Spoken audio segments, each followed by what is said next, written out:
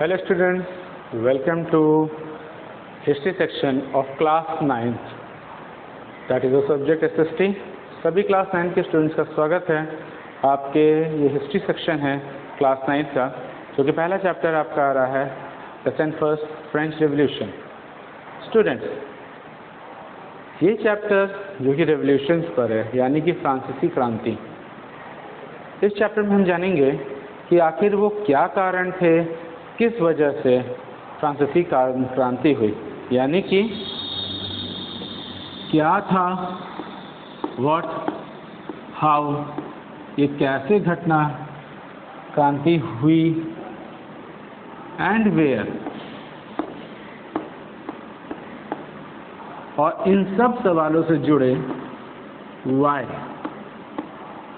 मतलब कि जैसा कि आप जानते हैं कि किसी भी देश में, किसी भी राष्ट्र में, जब राष्ट्र के लोग खुश नहीं रहते हैं अपने राजा से या अपनी सरकार से, अपनी गवर्नमेंट से, तो वहाँ पे वो विरोध प्रदर्शन करना शुरू करते हैं। अगर सरकारें वहाँ पे उनकी बात मान लेती है तब तो वो रिजाइम, जो शासन कंटिन्यू रहता है, लेकिन अगर वो नहीं मानती है तो वहाँ पे सत्ता बदल जाती है। उसी तरह फ्रेंच रेवोल्यूशन में भी ये एक शाही शासक लुई 16 के ऊपर है, जो कि अपने समय में उन्होंने ऐसी कुछ गलतियां भी की थी और कुछ उनके यहाँ के लोगों की जो फर्स्ट और सेकंड स्टेट में आते थे, उनकी वजह भी ये सब कारण बने थे फ्रांसीसी क्रांति के। हम अब इसको एक स्टोरी के तौर पे ले चलते हैं 14 जुलाई 1789। ठीक है, हम आपको यहाँ पे बताते चले कि 18th सेंचुरी की घटना है ये। अब आप कहोगे सर ये 1789 है तो 18th सेंचुरी कैसे? क्योंकि कोई भी घटनाक्रम, जैसे मान लीजिए 1700 से लेकर 1799 तक का कोई भी घटना हुआ, उसको 18th में ही हम जोड़ेंगे। अगर 1800 से लेकर के 1899 तक का हुआ तो हम उसको 19th सेंचुरी मान के चलेंगे। तो इस तरह से घटनाक्रम कही जाती है 18th सेंचुरी, 19th सेंचुरी। आप अपनी हिस्ट्री पुरानी उठा के देखिएगा, 19th सेंचुरी में जितनी भी घटनाएं थी 1800 से 1899 के बीच में हुई। ठीक है, अगर 20th सेंचुरी, अगर हम इस वक्त किस सदी में हैं, अभी इस वक्त हम लोग 2001 से लेके 2000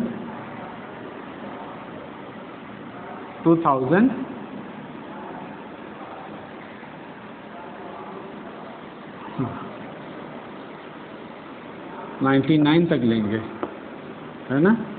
तो ये हमारा 21st सेंचुरी कहलाएगा, जो कि अभी हम लोग हैं 21वीं सदी में।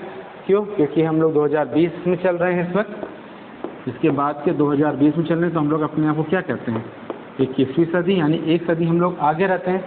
वो क्रम इसलिए होता है क्योंकि हमारा जो ईयर काउंट होता है 0 से शुरू होता है हमेशा। तो 0 जिस समय से शुरू हुआ तो उसको हम फर्स्ट सेंचुरी मान के चले थे। ठीक है, तो इससे एक सदी हम हमेशा आगे रहते हैं। तो यहाँ पे घटनाक्रम जितनी भी हैं 18वीं शताब्दी के। चलिए आइए, इस चीज़ को हमने अभी आपको क्लियर कर दिया क्योंकि ये होना ज़रूरी था। तो हम बात कर रहे थे कि कोई भी क्रांति क्यों होती है, वो एक जगह पे वहाँ की स्थितियों पे निर्भर करती है और वहाँ के शासन पे भी निर्भर करता है। 14 जुलाई 1789 हम एक छोटे से स्टोरी बताते चलें। सिटी ऑफ पेरिस, ये एक शहर था पेरिस। ठीक है, सुबह के समय इस शहर में एक हलचल पैदा हुई। ये शहर एक स्टेट ऑफ वॉर में बदल गया। कोई ही नहीं जानता था 14 जुलाई घटना ऐसे हो गई। 13 जुलाई तक किसी को इसका भान नहीं था, लेकिन 14 जुलाई को सिटी ऑफ पेरिस एक स्टेट ऑफ वॉर में बदल गया था। एक ऐसे स्थिति में जहाँ पे लोगों का गृह युद्ध होता है। जैसे कि मान लीजिए अगर आपके देश के अंदर कोई सिविल वॉर होते हैं तो उसको हम एक तरह का गृह युद्ध कहेंगे। तो एक वॉर बदल गया।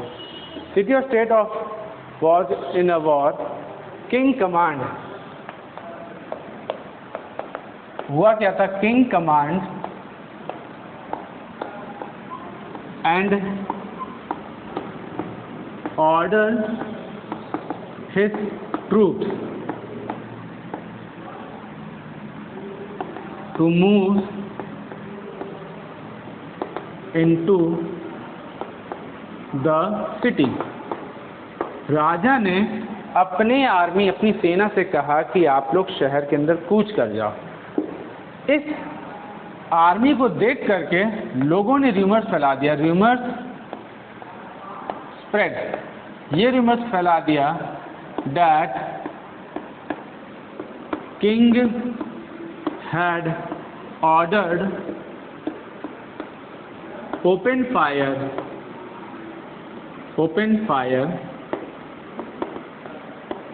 Upon the citizen.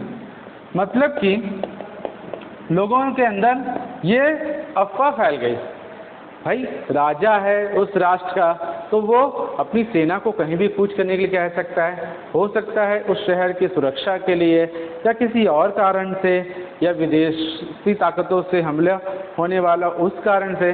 तो उसने अपने शहर में उसे कह दिया सेना को कूच करने के लिए, ठीक है। अब लोगों के अंदर ये भावना क्यों हुई, क्योंकि वहाँ पे स्थितियाँ कुछ समय ऐसी चल रही थी, सिचुएशन ही ऐसा चल रहा था कि लोग राजा से खुश नहीं थे।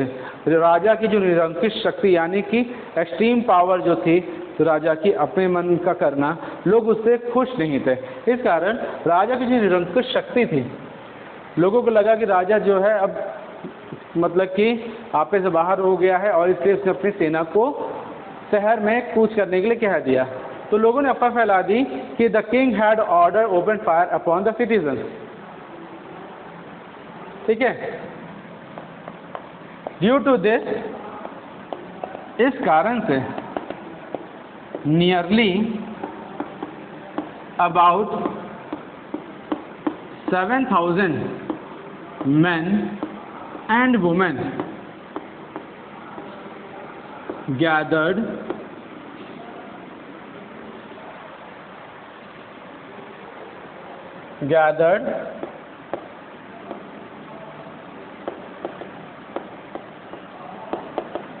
in front of town hall. इस कारण से लगभग नियर अबाउट 7,000 की संख्या में लोग जो थे, आदमी औरत, वो इकट्ठा हुए। जब उनको ये अफवाह मिली और किसी ने देखा कि सेना आ रही, तो ये लोग तुरंत 7,000 करीब औरतें और मर्द जो हैं इकट्ठा हो गए। कहाँ पे? टाउन हॉल के सामने। And discuss and decided to move toward official building and fortress. Fortress होता है जो जेल वगैरह होता है, ठीक है। फोर्ट्रेस यानी कि बैसल in search of collecting armaments for ammunition। मतलब कि इस चीज को देखते हुए नियरली अबाउट लगभग 7,000 के करीब आदमी और औरत लोग इकट्ठे हुए टाउन हॉल के सामने, और उन्होंने तुरंत उन्होंने डिस्कशन किया और निर्णय लिया कि वो लोग कभी 100 की संख्या में कहाँ पे कूच करेंगे। ऑफिशियल बिल्डिंग, जितने भी सरकारी दफ्तर है, यूनिवर्सिटीज़ है, जहाँ पे जो भी चीज़ उन्हें मिलेगी, हथियार वगैरह जो भी चीज़ें मिलेगी, उसको खोजेंगे, कलेक्ट करेंगे एम्युनिशंस के लिए। क्यों? क्योंकि वहाँ उनके मन में क्या था कि सेना आ रही है, सेना से लड़ने के लिए उनके पास हथियार नहीं है, गोला बारूद नहीं है। तो वो लोग तुरंत वहाँ भी इकट्ठा हुए और तुरंत उग्र हो करके 100 की संख्या में बट गए। जहाँ जहाँ जो ऑफिसर बिल्डिंग्स मिली उसको तहस नहस किया, जो भी एम्युनिशंस उनको मिले उसको इकट्ठा किया और तैयार हो गए सेना का सामना करने के लिए। दे अटैक्ड बैसिल फोर्ट, उन्होंने बैसिल के किले पर हमला कर दिया, यानी कि बैसिल का किला यानी कि जो जेल था, कारागार था, उस पर हमला कर दिया। एंड रिलीज्ड, और जब हमला कर दिया भाई तो क्या कहते हैं, वहाँ पे सिर्फ उनकी चलनी थी, तो वहाँ पे 60 प्रिजन थे, वो फ्री हो गए। उनको मतलब कि उन्होंने फ्री करा दिया, आज़ाद करा दिया। किल्ड कमांडर ऑफ बैसिल, बैसिल के कमांडर को उन्होंने मार दिया, मतलब कि ख़त्म कर दिया। And demolish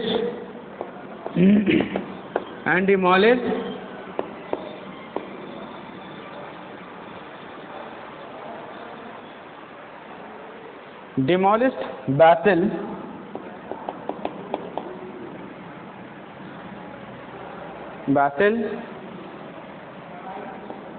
and taken away his stone and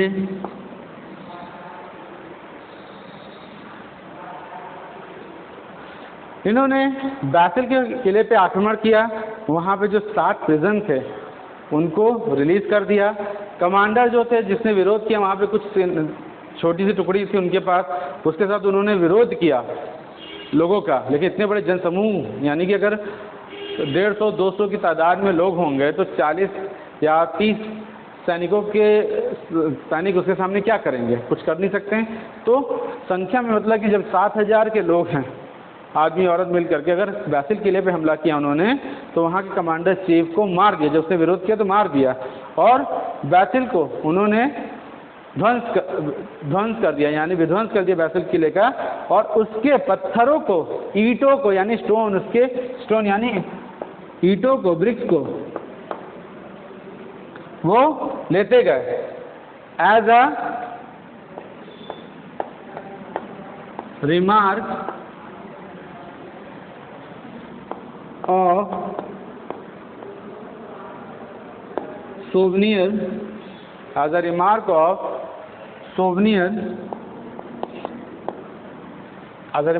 souvenir, of monarch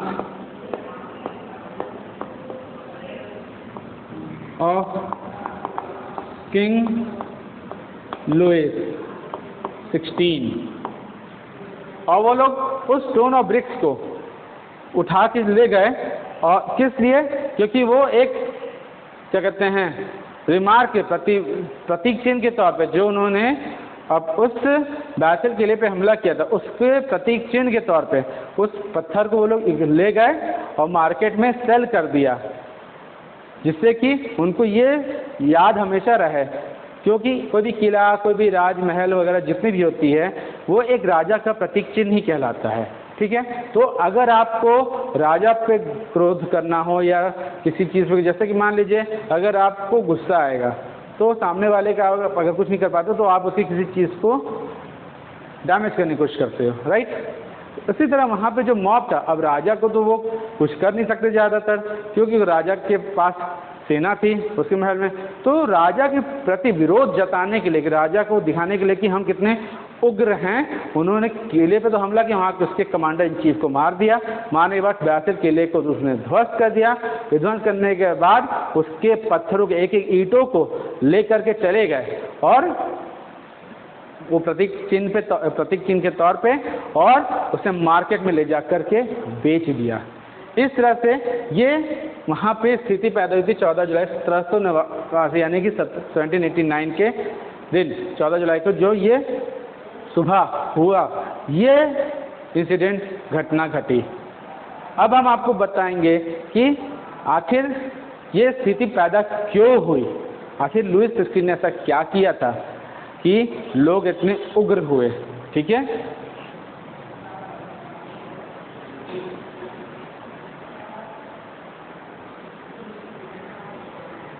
रियॉट्स in Paris and countryside, इसी में ही इससे पहले कि हम आपको ये बताएं कि क्या कहते हैं कि क्या कारण बने थे, हम बताना चाहेंगे उस रीज़न से पहले कि और भी क्या घटना उस दिन हुई। ये 14 जुलाई 1789 के बाद पूरे पेरिस में दंगे धीरे धीरे भड़कने लगे, गांव-गांव, शहर-शहर में, पूरे राष्ट्र में लोग टेंस हो गए। People were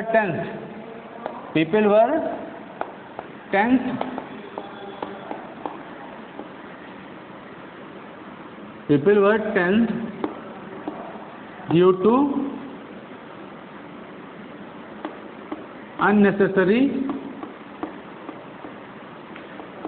inflation by king। मतलब कि राजा जो थे वो बेवजह जो है प्राइस राइज करते चले जाते चीज़ों का, ठीक है। अब बेवजह इनके लिए था, लेकिन राजा की भी ज़रूरत थी कुछ चीज़ों की, लेकिन उसका भार लोगों पे आ रहा था, तो प्राइस राइज हो रहा था। जब प्राइस राइज हो रहा था तो टैक्सेस बढ़ रहे थे। प्राइसेस कैसे बढ़ते? जब टैक्सेस बढ़ते हैं तो राजा इम्पोज करता चला जा रहा था टैक्सेस को। और एक प्रकार का जो सिविल वॉर था, हमने आपको बताया था सिविल वॉर यानी गृह युद्ध, ये सिटीजन और आर्मीज के बीच में शुरू हो गया था। यानी कि राजा की सेना, जैसे हमने बताया कि बैसिल जेल पे हमला हुआ, तो बैसिल किले के अंदर जो कमांडर था किसके प्रतीक्षीन था, किसके लिए वर्क करता था? राजा के लिए करता था। तो एक तरह का नागरिकों और आर्मीज के बीच में एक सिविल वॉर क्रिएट हो गया, और उसका सबसे बड़ा कारण था एक ये इन्फ्लेशन। अब राजा ने इस इन्फ्लेशन को क्रिएट क्यों किया? आखिर वो रीज़न क्या है? सबसे बड़ा लोगों के टेंस होने का जो कारण था वो उग्रता में क्यों बढ़ गया? हाँ, उग्रता में क्यों बढ़ गया? आखिर लोग क्यों गुस्सा आ गए? पहले लोग टेंस हुए, बाद में लोग उग्र हो गए, और वो इस कारण से जो कि राजा ने इन्फ्लेशन कर दिया था, उसकी भी ज़रूरत थी। आइए देखिए वो क्या रीजंस थे।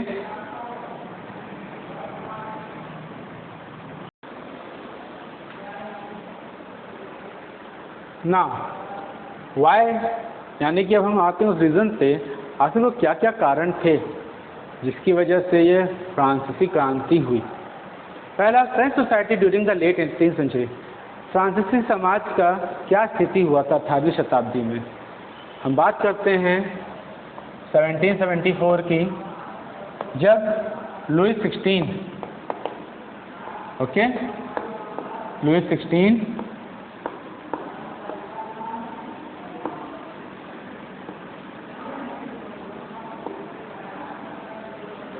became king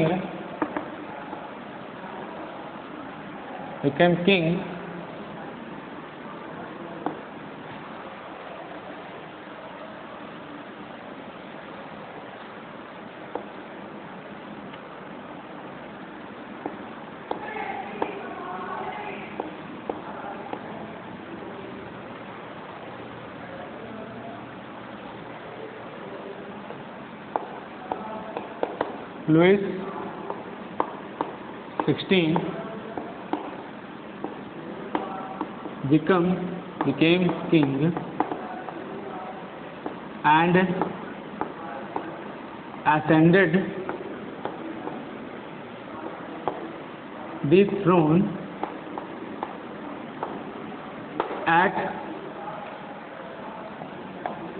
the age of 20। जब ये 20 वर्ष के थे तो ये राजा बने और इन्होंने राजगद्दी संभाली। He married an Austrian princess. Austria जो कि फ्रांस के बगल में है, ठीक है, ऑस्ट्रियन प्रिंसेस मारिया एंटोनेट। जब इन्होंने राजगद्दी संभाली तो इनका विवाह एक ऑस्ट्रियन प्रिंसेस मारिया एंटोनेट से हुआ, ठीक है। He got his treasure was empty when he ascended the throne। जब इन्होंने राजगद्दी संभाली, इन्होंने देखा कि इनका जो खजाना था वो खाली था, ठीक है। और क्या कारण था?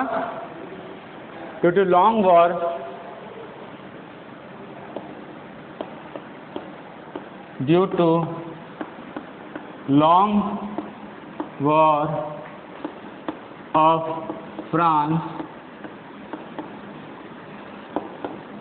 resources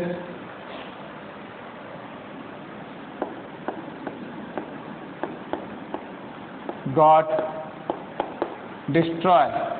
इन्होंने देखा कि जो फ्रांस का इतना लंबा युद्ध चला, उसकी वजह से जो रिसोर्सेस थे, जो उनके साधन थे कमाने के, वो सब तहस नहस हो चुके थे, ठीक है। अब इन्होंने जो शादी किया, भाई सीधी सी बात है, खर्चे किए होंगे, उसमें खर्चे आए, तो उन्होंने देखा इनकी ट्रेजरी भी एम्प्टी है, और क्या कहते हैं, लंबा युद्ध भी चला फ्रांस का, रिसोर्सेज भी ख़त्म पर हैं।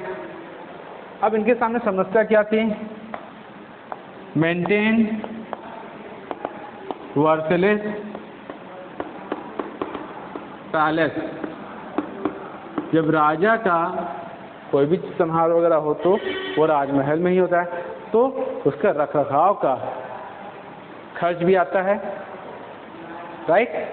सो ही नीड्स द मनी। अब इनको पैसे की जरूरत थी। मेंटेन वर्सेलेस पैलेसेस एक्सपेंडिचर्स, तो इस पे भी इन्होंने खर्चे किए थे, इसके रखरखाव को, इसलिए ट्रेजरी भी एम्प्टी होती चली गई। And needs of their royalties. अब राजा हैं तो शान शौकत के साथ रहते ही हैं, तो उनके रॉयल्टीज के लिए भी खर्चे थे, उस पर भी खर्च हुए थे पैसे। फ्रांस उसी समय क्या किया था? उस समय France had shared the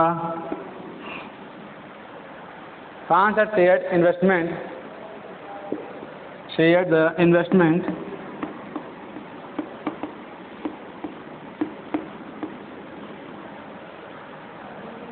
with investors to free 13 American colonies from Britain। France और अमेरिका आपस में दोस्त थे, और इनका जो कॉमन दुश्मन था ब्रिटेन था। फ्रांस अक्सर ब्रिटेन के साथ युद्ध चलता रहता था, तो फ्रांस और अमेरिका जो दोस्त थे, इनका आपस में कनेक्शन इतना अच्छा था कि इनके जो कॉमन दुश्मन थे ब्रिटेन, उसको ब्रिटेन जो था अमेरिका की 13 अमेरिकन कॉलोनीज पे कब्जा किया था। तो फ्रांस ने क्या किया? उन अमेरिकन कॉलोनीज को फ्री कराने के लिए ब्रिटेन को पैसे दे दिए थे, जिसकी और इसमें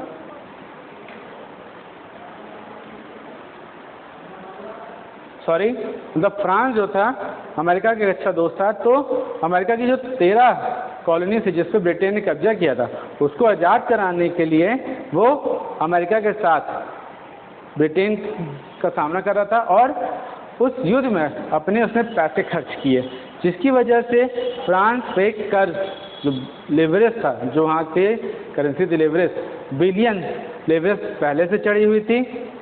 और इसकी वजह से ये जो इन्होंने मतलब कि इनके जो पुराने रखरखाव थे, इनके जो आर्मी पे जो खर्च थे, इनके जो महल पे जो खर्च थे, उसकी वजह से तो ऑलरेडी फ्रांस कर्ज में था। लेकिन अपने मित्र को छुड़ाने के लिए, उसके ब्रिटेन जो उससे कब्जा किया था उससे छुड़ाने के लिए उस अमेरिका का इसने साथ दिया, और साथ देने के लिए युद्ध होता है तो युद्ध पर क्या कहते हैं उसने भी खर्चे करना शुरू किया। अब इस खर्च में जो फ्रांस था उस पर विलियम लेवरेस पहले से थे, प्लस 2 लेवरेस का कर्ज, मतलब पहले से तो बिलियन लेवरेस और चढ़ गया।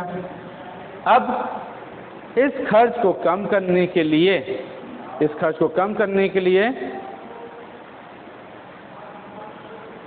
फ्रांस ने क्या किया, इसने मार्केट से पैसा उठाया to maintain extra debt, to maintain extra expenditure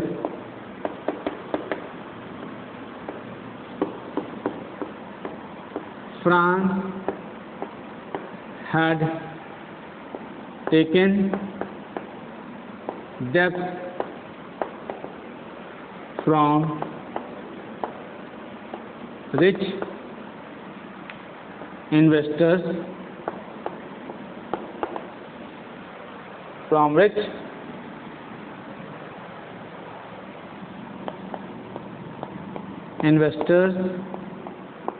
and merchants of the country। मतलब कि अपने खर्चों को पूरा करने के लिए फ्रांस ने मार्केट से कर्ज उठाया।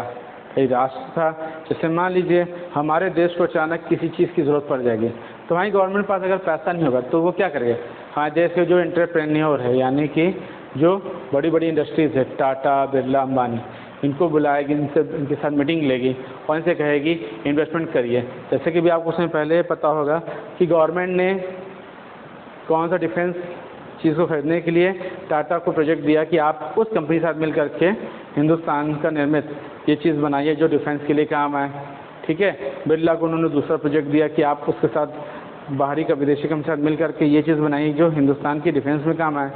तो इससे क्या होता है कि ये जो कंपनियां हैं ये गवर्नमेंट को सपोर्ट भी करती है। तो जब ऐसी स्थिति पैदा होती है, जब राष्ट्र को पैसे की ज़रूरत पड़ती है तो वो किससे पैसा मांगते हैं, जो उस राष्ट्र के जो रिच मर्चेंट्स और ट्रेडर्स होंगे, इन्वेस्टर्स होंगे, उनसे मांगेंगे।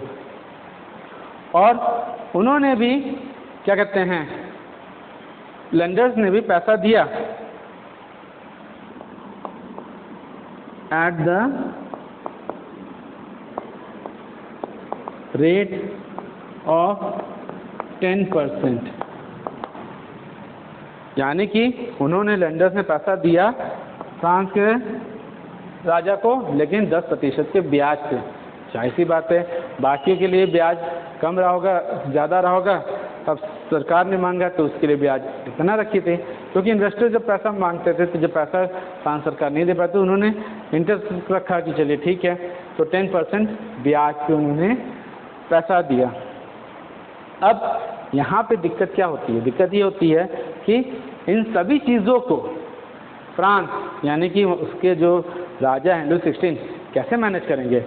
अपने खर्चों को भी मैनेज करना है, यूनिवर्सिटीज़ भी मैनेज करनी है, ऑफिशियल बिल्डिंग्स भी मैनेज करना है। तो उन्होंने क्या किया, उन्होंने टैक्स बढ़ा दिया, टैक्सेस इम्पोज्ड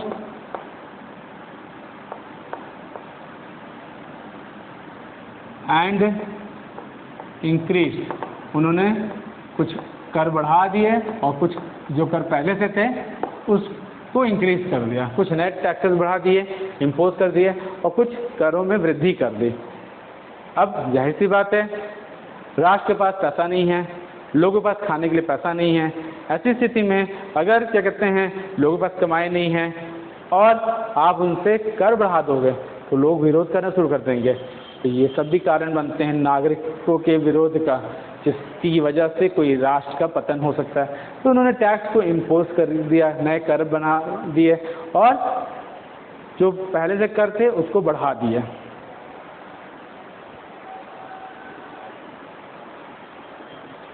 लेकिन ये तरीका भी सरकार का कारगर साबित नहीं हुआ। क्यों? क्योंकि उसमें फ्रांस 3 स्टेट्स में बदला हुआ था। हाँ, first state, second state, third state. तीसरे स्टेट में ज़्यादातर किसान वर्ग के लोग थे, एजुकेटेड, क्या कहते हैं, कुछ मैन्युफैक्चरर्स और लॉयर्स थे, कुछ एम्प्लॉयर्स थे जो कहीं काम करते थे। ठीक है। सेकंड स्टेट था क्लर्जी लोगों का, सेकंड स्टेट था क्लर्जी लोगों का और फर्स्ट स्टेट था नोबल्स लोगों का और चर्चेस का। तो इस 3 तरह के स्टेट थे। हमारा जो फ्रांस था वो फ्यूडल सिस्टम पे बिलीव करता है। फ्यूडल सिस्टम होता क्या है? फ्यूडल सिस्टम एक ऐसी व्यवस्था होती है जहाँ पे जो हाई रिच लोग होते हैं, जैसे जमींदार हुए, राजा हुए या राज दरबार के लोग हुए, उनके पास अथाह संपत्ति होती है लेकिन वो काम नहीं करते हैं।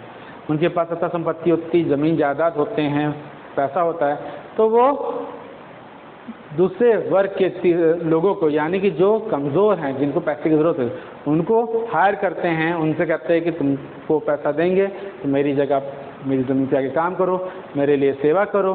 तो उनसे काम करवाते थे और उनको पैसे देते। तो एक तरह से फ्यूडल सिस्टम था। यानी फर्स्ट स्टेट और सेकंड स्टेट इसमें जो आते थे उनको जन्म से कुछ चीज़ों का अधिकार थे, कुछ छूट थे, जबकि थर्ड स्टेट को वो चीज़ें नहीं थे। आइए देखते हैं आखिर वो क्या चीज़ थे और कैसे व्यवस्था थी फ्यूडल सिस्टम की।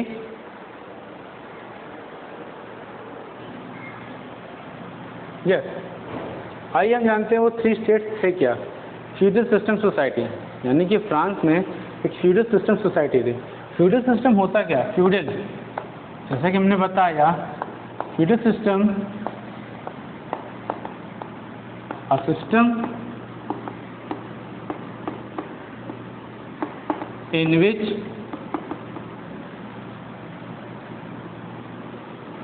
ruling class या जमींदार, rich nobles who have lot of property and amount hire people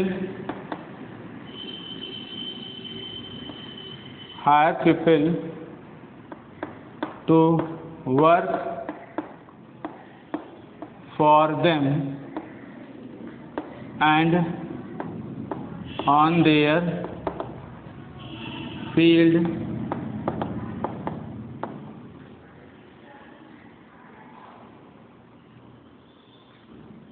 people to work for them and on their field, and in return they gave them an amount। मतलब एक ऐसा system था जिसमें ruling class हुए, जमींदार हुए, rich nobles हुए, have lot of property, उनके पास अथाह संपत्ति होती है, अमाउंट होते हैं, पैसा होता है, और हायर करते हैं लोगों को कि वो उनके लिए काम करें और उनके फील्ड पर काम करें, और उसके बदले में वो क्या देते थे? इन रिटर्न उसके बदले में क्या देते थे? वो देते क्या थे? अमाउंट, पैसा। ठीक है, सैलरी कह लीजिए या वेजेस कह लीजिए। तो ये फ्यूडल सिस्टम था। ये जो फ्यूडल क्लास था ये सबसे हायर क्लास था, जो कि आपके फर्स्ट सेकंड स्टेट में आ जाता था, और थर्ड स्टेट में हमेशा वर्कर्स क्लास से आता था। आइए देखें वो 3 स्टेट्स में क्या डिवाइडेड था। फर्स्ट स्टेट हमारा, इसमें फर्स्ट स्टेट हमारा वो स्टेट होता था जो कि क्लर्जी लोगों का होता था, यानी कि जो चर्च के फादर पादरीज होते थे, ठीक है, फादर ऑफ चर्चेस तो चर्चों उसके चर्च गिरजाघरों के जो पादरी होते थे, ठीक है, वो इस स्टेट में आते थे। ये करते क्या थे, ये गवर्नमेंट को टैक्स वगैरह नहीं देते थे, इनको अधिकार था। They have privileged by birth, इनको जन्म से कुछ फायदे थे, कुछ छूट मिली थी, इनको जन्म से कुछ छूट मिली थी, इनको अधिकार था। अगर किसी का जन्म इस क्लास में होता था कि तो उसको जन्म से ही उस चीज़ों की सुविधा मिलनी शुरू हो जाती थी। दे नेवर पे टैक्सेस, ये कभी टैक्स पे नहीं करते थे, बट टेक टैक्सेस, लेकिन टैक्सेस लेते थे या लोगों पे कर चढ़ाते थे, लेकिन लेते अदा नहीं करते थे। अब ये किस तरह का कर लेते थे, ये लेते थे एक तरह से टिल्स,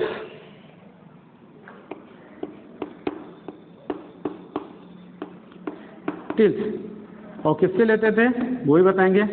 1/10 ऑफ प्रोडक्शन, जितना भी प्रोडक्शन होता था उसका 1/10वां हिस्सा ये लेते थे, ठीक है, एक तरह से ये टिल्स लेते थे प्रोडक्शन का। सेकंड स्टेट ये वो होते थे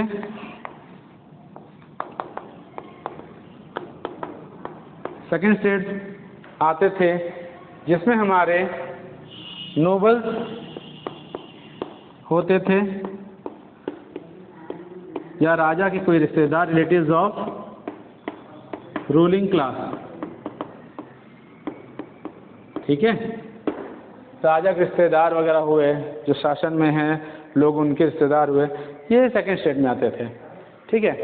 ये भी, इनको भी इस चीज़ का छूट था, जैसे इनको था, इनको भी इस चीज़ का छूट था, ये भी टैक्सेस नहीं लेते, टैक्स पे नहीं करते थे, ठीक है।